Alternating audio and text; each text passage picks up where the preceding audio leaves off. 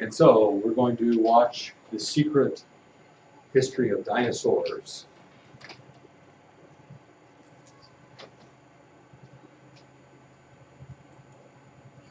You have to listen carefully. The volume is not very, I can't turn it up anymore.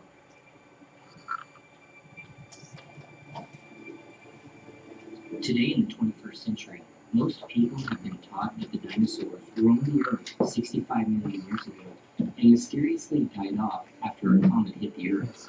Somehow, over millions of years, the surviving dinosaurs then evolved into the birds of today.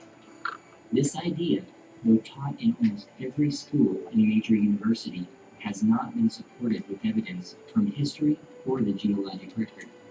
It gives no explanation for the vast fossil graveyards found throughout the world, nor does it explain how many kinds of animals found in the fossil record remain alive to this day. Is there a better explanation? Is there scientific and archaeological evidence that gives a simple explanation for what happened to the dinosaurs? In this documentary, you'll be given evidence that dinosaurs have always existed with man. You'll discover that ancient man frequently wrote of interactions with dinosaurs throughout recorded history, and you'll see evidence to verify this. You'll also be shown evidence that there could even be some dinosaurs that have survived to the present day. Finally, we will examine one of the most accurate and trusted historical records known to man, the Bible. The Bible gives a far different version of what happened in the history of ancient man that caused the extinction of most dinosaurs. We will look at its claims in light of the evidence that has been presented in this documentary. Before we start, consider this. We all have beliefs and ideas about what we think is true. These are called our presuppositions. Sometimes our presuppositions are true, and sometimes they are false. When considering evidence, it's very difficult to set aside the presuppositions that we hold and look at evidence with an unbiased and open mind. Truth is sometimes very hard to accept, especially if it's contrary to what we have believed. Much of the evidence that you will see in this video has been ignored in modern-day science, but a close examination of the evidence will reveal some startling conclusions.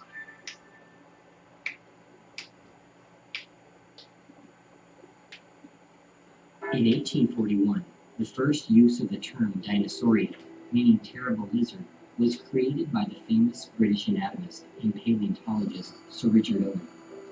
He used the term for the first time at a meeting of the British Association for the Advancement of Science held in Plymouth.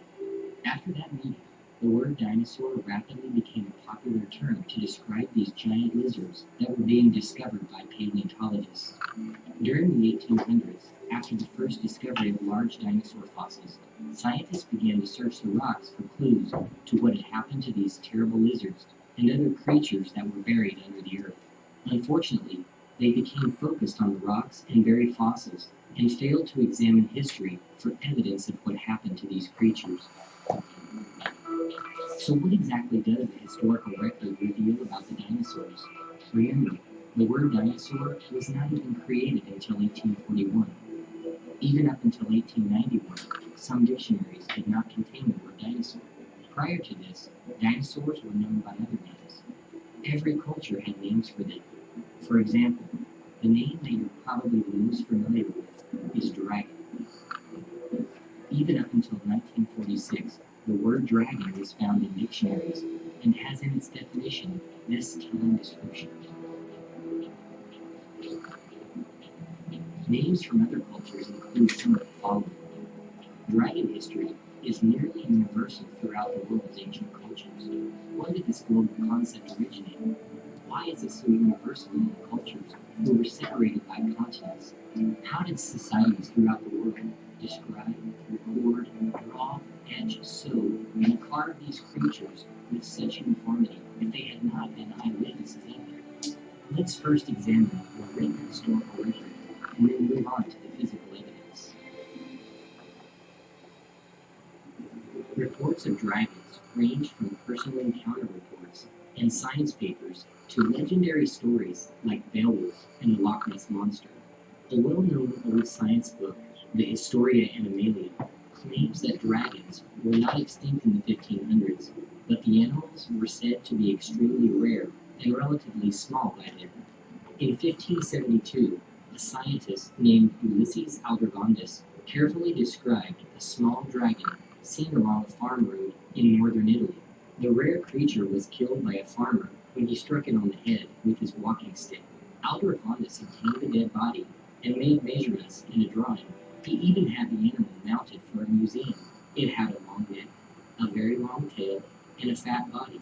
The skeletons of a number of ancient reptile-like creatures called Tanystropius have similarities to the basic description that he gave. One dragon story from the ancient land of Sumer in Babylon tells of the hero Gilgamesh. He decided to make a name for himself by traveling to a distant land to cut great cedar trees needed for his city. He reached the forest with 50 volunteers and discovered a huge reptile-like animal which ate trees and reeds. The story simply says that Gilgamesh killed it and cut off its head for a trophy. Thousands of dragon stories and pictures can be found in ancient Chinese books and art. One legend tells about a famous Chinese man named Yu. The story says, after the Great Worldwide Flood, Yu surveyed the land of China and divided it into sections. He built channels to drain the water off to the sea and helped make the land livable again. Many snakes and dragons were driven off from the marshlands when Yu created the new farmlands.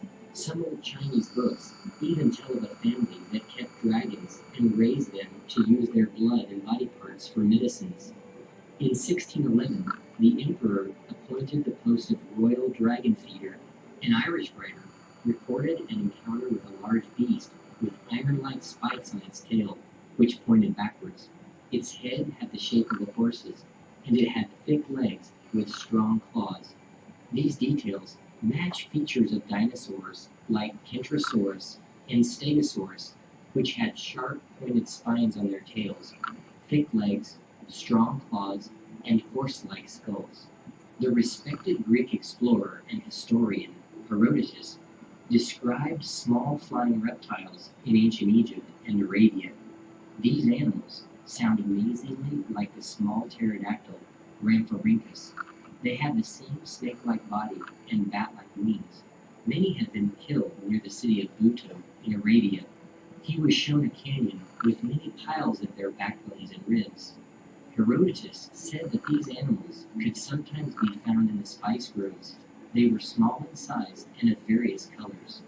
Large numbers would sometimes gather in the frankincense trees. When workers wanted to gather the tree's valuable juices, they would use smelly smoke to drive the flying reptiles away. The well-respected Grecian philosopher Aristotle said that in his time it was common knowledge that creatures like this also existed in Ethiopia. Similar animals, 3 feet long, were also described in India by the geographer Strabo. In Pliny's book, Natural History, written around 70 AD, he says, Africa produces elephants, but it is India that produces the largest, as well as the dragon. Claudius Aelianus, a Greek military writer of the 2nd century who wrote De Naturia Animalium around 220 AD, in his work stated, the Phrygian history also states that dragons were born which reached 10 paces in length. 10 paces, that's about 30 feet. The city of Murlin in France was renamed in honor of the killing of a dragon there. This animal was reported to be bigger than an ox and had long, sharp-pointed horns on its head. In 1271 AD, the great explorer Marco Polo recorded in his writings that the Chinese emperor had dragons that pulled his chariot on special occasions. And in his book, The Travels of Marco Polo, Polo records the following about the Chinese province of Garzan. He states, here are seen huge serpents, 10 paces in length, and 10 spans in girth at the body. At the forepart near the head, they have 2 short legs, having 3 claws, like those of a tiger, with eyes larger than a 4-penny loaf and very glaring. The jaws are wide enough to swallow a man. The teeth are large and sharp, and their whole appearance is so formidable that neither man nor any kind of animal can approach them without terror. Others are met with a smaller size, being 8, 6, or 5 paces long. An Anglo-Saxon chronicle from AD 793 reported, "This year came dreadful forewarnings over the land of the Northumbrians, terrifying the people most woefully. These were immense sheets of light rushing through the air, and whirlwinds, and fiery dragons flying across the firmament." Alexander the Great reported when he conquered parts of what is now India in 326 BC. His soldiers were scared by great dragons that lived in caves. In 1275 AD, legend says that George of Lydia, a Roman soldier in the guard of the Emperor Diocletian, killed a dragon while in Libya on a crusade. According to legend, in the 7th century, a dragon named Garguet rose from the waters of the Seine River in France. Unlike the typical dragons of mythology, this one did not breathe fire, but rather was a water dragon. The monster proceeded to lay waste to the countryside around Paris. Saint Romain, the Archbishop of Rouen, accompanied only by a condemned prisoner, set out to stop the beast. They captured the dragon and led it back to Paris, where it was slain and burned. The head, however, was saved and mounted on a building. In commemoration of this event, architects began to design gutter spouts in the shape of the Garguet, and eventually in the shape of all manner of bizarre creatures, now called gargoyles. There are thousands of other legends of people seeing and killing dragons throughout history. Now, let's take a look at the physical evidence that has been found that points to the existence of dinosaurs with man. What you're about to see, you will not see on the Discovery Channel, in Science Textbooks, or in any secular publication. If you happen to see or hear something about any of these discoveries, you'll find that they will be attempts at debunking or proving them to be fake, fraud, or forgery. However, with careful examination of the facts that surround these discoveries, the truth is undeniable. The highly technical and ancient civilization of the Nazca Indians flourished on the southern coast of Peru from around 1 AD to 750 AD. This culture produced an array of beautiful crafts and technologies such as ceramics, textiles, and geoglyphs. It is still not understood exactly how the Nazca produced their incredible geoglyphs called Nazca molds. They also produced thousands of carvings and burial stones. These stone carvings, which are known as the Ica stones, are an enigma. There have been over 16,000 of these remarkable stones found in the past 75 years. They contain images of daily life, battle scenes, agricultural practices, medical procedures, advanced technologies, and most amazingly, dinosaurs. Nearly every major dinosaur has been identified on these stones. Many skeptics have tried to debunk the Ica stones by saying that they are a modern-day creation, but the evidence indicates differently. In 1535, Spanish conquistadors came through Peru in the area where the Nazca Indians had lived. They reported finding stones with strange animals carved on them. These designs and patterns on the stones also indicate that they are authentic from the Nazca culture, and of the 16,000, only 500 have carvings of dinosaurs on them. Consequently, many of the carvings have nothing to do with the dinosaurs whatever. They were simply observations from everyday life of the Nazca culture. In Acapulco, Mexico, since the 1960s, over 56,000 ancient clay figurines have been discovered. Many of these clay artifacts are sculptures of dinosaurs. The approximate age of these clay figurines is around 4,500 years old. Many people have studied these figurines, and the opinion of their authenticity is divided. Most who have no preconceived biases believe that they are genuine, but others, who believe that the dinosaurs died off millions of years ago, state that they remain skeptical in spite of the radiocarbon dating and investigative evidence that points to their authenticity. 16th century Aztecs produced this dragon sculpture. The face resembled a dinosaur like the Tyrannosaurus. Several other South American and Central American civilizations have produced similar sculptures. These side-by-side comparisons are very revealing. These Central Andes artifacts bear a striking resemblance to dinosaurs like Tyrannosaurus rex and Ceratosaurus.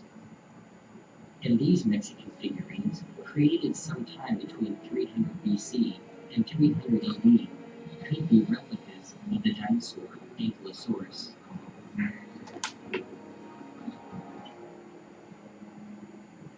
China, an ancient land shrouded in dragonborn mystery. The Chinese calendar, or zodiac, which was developed as early as 1000 BC, has on it 12 animals, 11 of which are alive today. But is the 12th, the dragon, merely a legend, or is it based on a real animal, the dinosaur?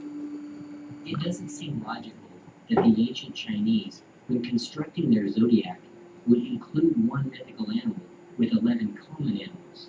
A more rational explanation would be that the dragon, which is mentioned so often in ancient Chinese history, is now extinct or very rare. Here are a few examples of Chinese dragons that look extraordinarily like dinosaurs. Could this be some type of sauropod like the Brachiosaurus? This Chinese pottery artifact looks very similar to a hadrosaur. And this 3rd century BC ornamental box appears to have sauropod dinosaurs built onto it as handles. This 2,500-year-old Chinese dragon closely resembles a creature like the Diplodocus. Central Asia, with its dense rainforests and jungles, is home to many stories about strange dinosaur-like monsters, and the artifacts that have been found are quite revealing. The similarities these monsters and dragons have with dinosaurs is undeniable, and coupled with the modern and ancient stories of monsters that continue to be seen in the jungles, leads many to believe that one day one of these rare creatures could be captured and killed. This 12th century Cambodian temple, constructed in 1186, is home to a very interesting dinosaur artifact. The temple is covered with ornate designs and stone carvings on its exterior. This carving of a Stegosaurus-like dinosaur was found on the temple wall. As late as the 1800s, the Dayak culture of Borneo was producing artwork with dinosaurs on them. This water fountain on a Hindu temple built in the 1800s looks very similar to a Triceratops. There have been several other findings like this throughout Central Asia, including these two 10th century bronze sculptures from Nepal, which bear a close resemblance to several types of ceratopsid dinosaurs. European history is filled with dragon artwork, sculptures, and artifacts. These not only include the popular look of dragons seen in much of the artwork, but also include many other fascinating creatures that look very similar to dinosaurs. The Palestrina mosaic from around 100 AD has several animals depicted that appear to be extinct or prehistoric. Why would Roman culture place prehistoric, extinct creatures within their historical documents and artwork? The obvious answer is that they existed together and they recorded what they observed. Here we see a Dinohyus, which means terrible pig. The Dinohyus was supposed to have died off about 24 million years ago. And here we see several men fighting what appears to be a type of quadruped dinosaur. Found at Carlisle Cathedral on the tomb of Bishop Richard Bell, who died in 1496, are these two brass engravings.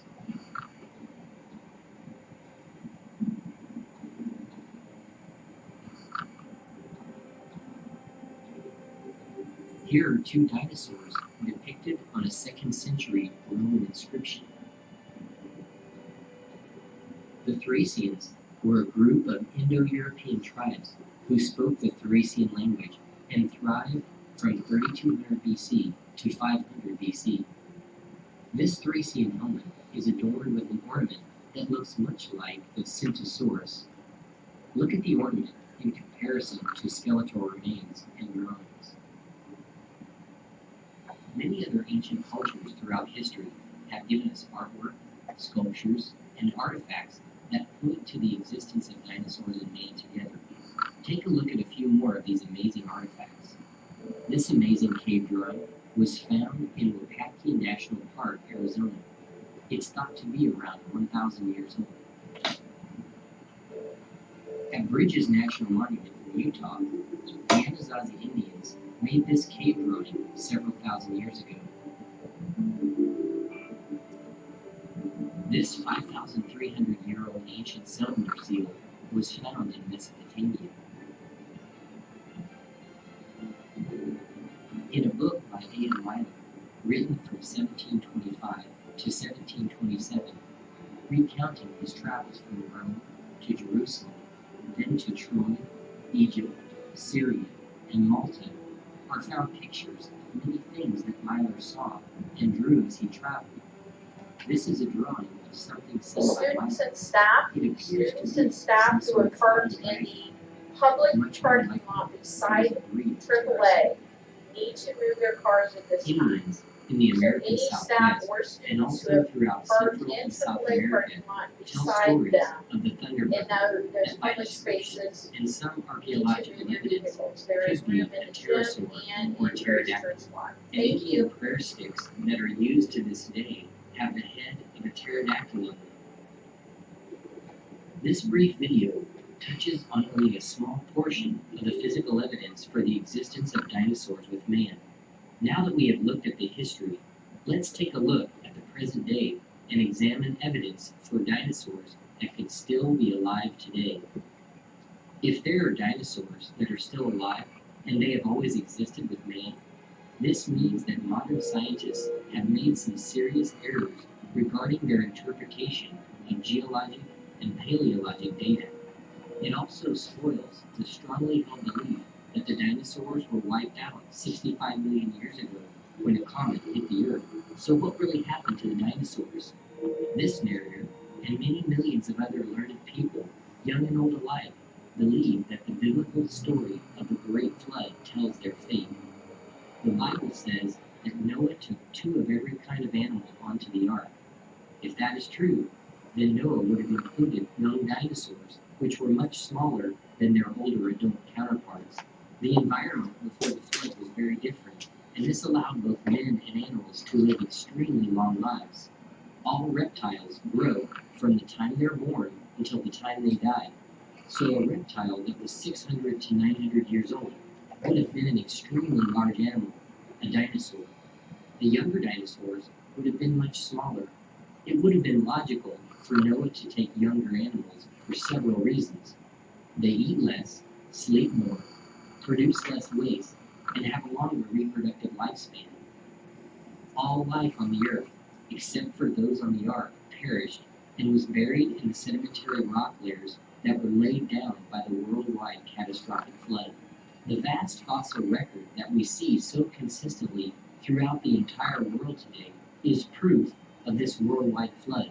And interestingly, there are over 500 flood legends and stories from around the world.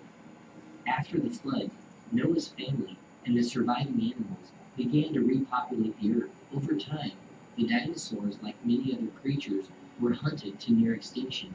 Many also died because of the Ice Age and extreme climate change that occurred after the flood. There would have been multiple reasons why the surviving dinosaurs would have been killed off by man.